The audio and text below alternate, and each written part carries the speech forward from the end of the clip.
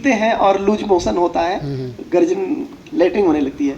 वो बेवकूफ़ मैंने ऐसे ही बोल रखा था, उसने सही ढंग से सुना नहीं और किया क्या कि अपनी पत्नी को और अपने चाचा के लड़के को वो का पिला दिया कि मैंने जो एक औषधि होती है वो आपको नाम नहीं बताऊंगा क्योंकि एक बार फंस चुका हूँ। तो क्या किया कि 8 जायफर जानते हो ना, 2 जायफर जो है वो भैंस का डोज है, मतलब 2 जायफर भैंस का डोज है। और अपने जायफर जो है जब बच्चों को खूब सर्दी खांसी जकड़न हो जाती है ना, तो थोड़ा सा मतलब रगड़ करके माँ के दूध में मिला करके उंगली से चटाते हैं, बस इतना डोज है। और वो 8 जायफर और बबूल की पत्ती सेंधा नमक मिला करके पीस करके पत्नी को भी पिला दिया बावड़ा, और चाचा के लड़के को भी पिला दिया। अब गर्मी का सीजन, और दोपहर को ये पिलाया और रात भर मतलब संध्या तक तो वो लोग बुत्त हो गए, मतलब स्थिति खराब।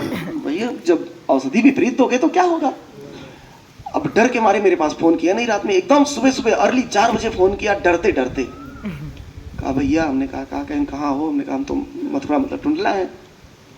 कहने तो जौन दवाइया कह रहे हैं पियावे ताई। हम कह मैं तेरे के कहाँ दवा कहा था रे, तुम हम तेरी मेरी बातें नहीं हुई। कहे यार कहे ना रहे हैं लेकिन हम पियाए दी नहीं, हमारे मेहरुआ और हमारे भैया उल्ट गया है। हम कहे कब पिलाए, कहन कल दोपहरवा। हमने कहा तो आज फोन कर रहा है। कहन भैया का बताई बहुत अब हमारे घबराहट होता है, हमारे मेहरुआ मर जाए चले लेकिन चाचा की लड़कियों मर जाए तो बहुत दिक्कत हो जाए, तो हमारे हार्ट बढ़ गया। अब चूंकि उसको पता नहीं है कि इसका तोड़ क्या है, हम मतलब उसको मैं बहुत डांटा, इतना डांटा क्या बताएं। क्योंकि गुरुजी भी मेरे साथ थे और मैं चुपके डांट रहा था, कहीं गुरुजी को पता चल जाती तो मेरी खटिया खड़ी हो जाती। तो मैं फिर गुरुजी के चुप, भाई जिस चीज़ के बारे में मुझे भी नहीं पता तो गुरुदेव से पूछना पड़ेगा।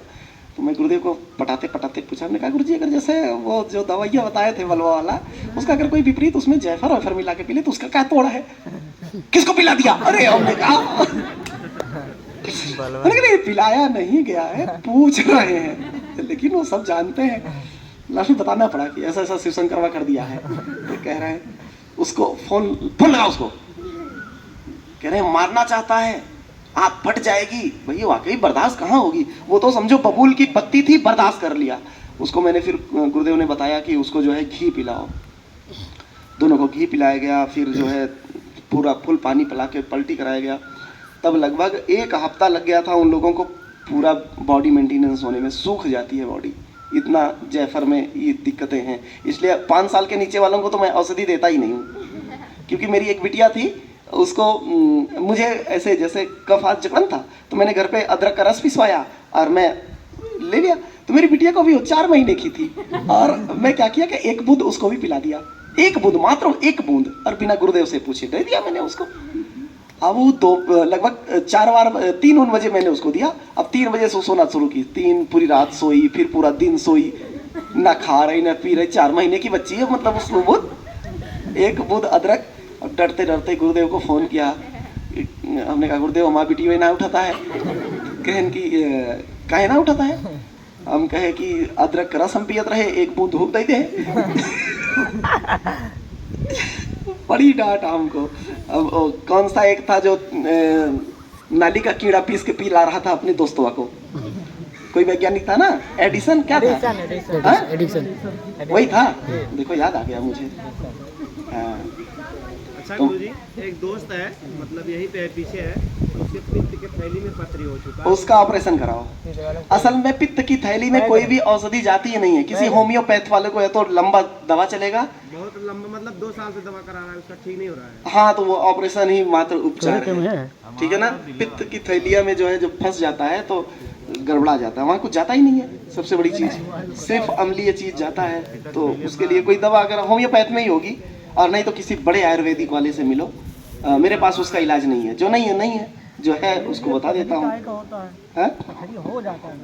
पथरी, देखो बेटा, पथरी होने के कई कारण हैं। पहली बात तो जैसे हम लोग मास्क वगैरह मुख ढक करके हम लोग बाइक वगैरह नहीं चलाते हैं, तो ट्रकें जा रही हैं, मतलब जो भी गाड़ियां जा रही हैं, तो जो उनके टायर से डस्ट उड़ते हैं वो हमारे सीधे नासिका और मुख के माध्यम से अंदर ही जाते हैं। क्योंकि सांस लेना मेरा स्वभाव है, इसलिए मास्क और मुख बांध करके ही गाड़ी चलाओ, हेलमेट लगा के ही चलाओ, ये सुरक्षित है।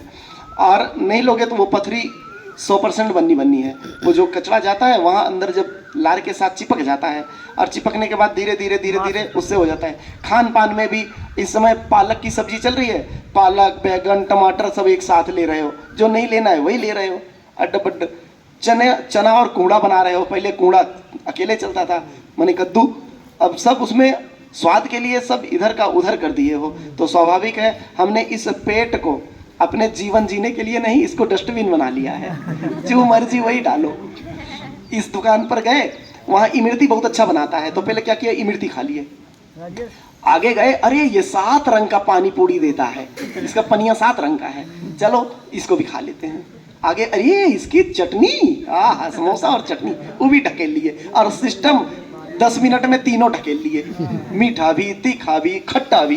तो अंदर उसको एक साथ तीनों को सानो और फिर चम्मच से खाओ, देखो कैसा लगेगा। नहीं अच्छा लगेगा ना। तो अंदर जा करके वो अपना अपना तो काम करेगा, मिर्ची तो मिर्ची वाला काम करेगी, मीठा मीठा वाला करेगा, खट्टा खट्टा वाला करेगा, तो उसी में तीनों आपस में लड़े मरेंगे। तो ये हम जीवन जीने का आधार, हमने अपना व्यवहार बदल दिया, इसलिए हम बीमार ज़्यादा होने लगे। हमारे दादा बाबा थे, घुटने उठने की बीमारी, आज लगभग 30-35 साल वालों को मैं देख रहा हूँ घुटना खत्म। सोचो पूरी जिंदगी कैसे जिएंगे। मैंने एक से एक नए युवक को देखा कैंसर से पीड़ित होते, और कैंसर इतनी रद्दी बीमारी है कि बिल्कुल मौका हमारा सब कुछ ले लेती है। जैसे मिडिल परिवार वालों के लिए तो घातक है, क्योंकि हमारा धन भी जाता है और हमारा धर्म भी जाता है, बचना उसमें है नहीं। 1-8% कोई बच गए, नहीं तो 99% मरते ही हैं। और सोचो शरीर की कितनी दुर्गति होती है। जो अंग्रेजी वाले वो ईमो कीमो कुछ लगाते हैं, वो जिसमें पलटियां होती हैं, 250, 300 पलटियां प्रतिदिन होती हैं। अभी 3 उल्टी हो जाए तो हम लोग बुद्ध हो जाते हैं, 3 अगर हो जाए तो हम एकदम बिल्कुल लस्त हो जाते हैं। लेकिन सोचो 2-2, 250 उल्टियां माने रखता है, तो काहे को उस स्थिति को सोच करके जीवन जियो, है ना। स्वाल्पाहार, शाम के सत्र में जो है वो खान पान भी हमारा उल्टा हो गया। शाम को हमको स्वाल्पाहार लेना चाहिए, तो शाम को हम बिल्कुल कूड़ा जैसा पूरा पेट भर लेते हैं यहाँ तक। अब यहाँ तक भर लिए तो सोने की भी स्थिति गड़बड़, हमें सोना भी नहीं आता है। पेटवा नीचे करके सोते हैं, फिर करवट लेके सोते हैं, फिर ऐसे इसमें जो छत पे सो रहे होंगे, सुबह सुबह हवा चल रही है तो रात को तो ऐसे फैल के सोते हैं। देखो रात को तो वो सोते हैं ऐसे, जब खा के उठते हैं तो ऐसे सोते हैं। पहले तो बिल्कुल बाबू साहेब की तरह, हाँ, पहले तो ऐसे सो गए, सोया, अब इतना ऊंचा पेट निकला है ऐसे। अब सांस लेने में दिक्कत हो रही है तो ऐसे कीजिए, इतनी ऊंची ऐसे तकिया भी लगी है। अब शरीर की स्थिति देखो ऐसे है, अब भी ठीक नहीं हो रहा है। अब पूरा भोजनवा जो है इधर लटक गया, अब यहाँ अटका है। अब फिर धीरे धीरे क्या किए कि ऐसे मुंह बाके ऐसे सो रहे हैं, अभी भी नहीं ठीक हुआ। अब तकिया ऐसे, पेट ऐसे दबा है, सो रहे।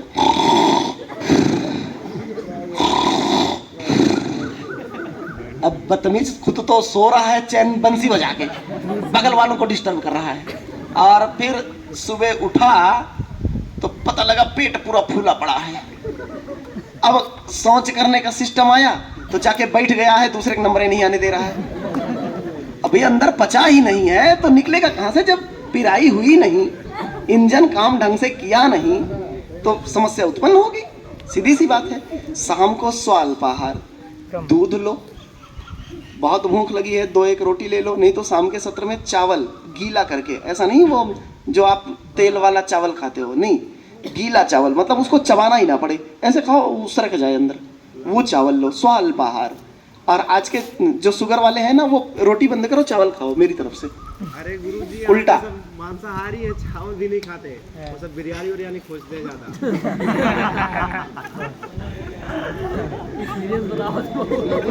बता रहा है एक्सपीरियंस अपना। अच्छा देखो, ये भी मैं भ्रम दूर कर देता हूँ। अच्छा, इसे खाने से क्या मिलता है? ताकत मिलती है क्या? पता नहीं क्या मिलता है। नहीं, रियल पूछ रहा हूँ, मतलब खाने से ताकत मिलती है? अरे कुछ तो बताओ, हाँ या ना, कुछ तो मिलता होगा। स्वाद के लिए, ताकत नहीं मिलती, पक्का। तो लोग अंडा वंडा काहे खाते हैं, ये इसमें ताकत नहीं है? नहीं, कुछ तो है, ये है। लेकिन देखो, लेकिन अब सुनो तो सही, जितने भी हमारे इंजन बने हैं वो हॉर्स पावर में बने हैं। हॉर्स माने घोड़ा, घोड़े के ताकत से बने हैं वो इंजन। तो घोड़ा तो मांस नहीं खाता, खाता है क्या?